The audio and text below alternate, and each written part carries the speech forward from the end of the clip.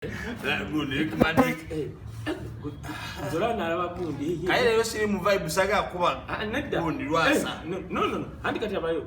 Naye ate kati njaga tukole program nga nkudefining nti abawala bo mulembe guno beetaaga character ya Sheila Gashumba oba Brad Black oba badonizera. Sheila Gashumba omulaba abakazi sajja bafuna bonna si baabo. Bakirasi kati omanyi nti asobola okufuna obutuuze mu Sweden koyo ngulwa Rick. Ne usanga akawala gawa no akawala kalungi konna kesibye ku mukubu wa broka mbulavu. Anaye lwasa ina mu kusendo ye wansenene. Azikaba baba kula mukule lwaso mala munyenya bunyenya ne ziyiika kweke no kuze bakazi. Sibula gaye nyaga kusibula tunadda.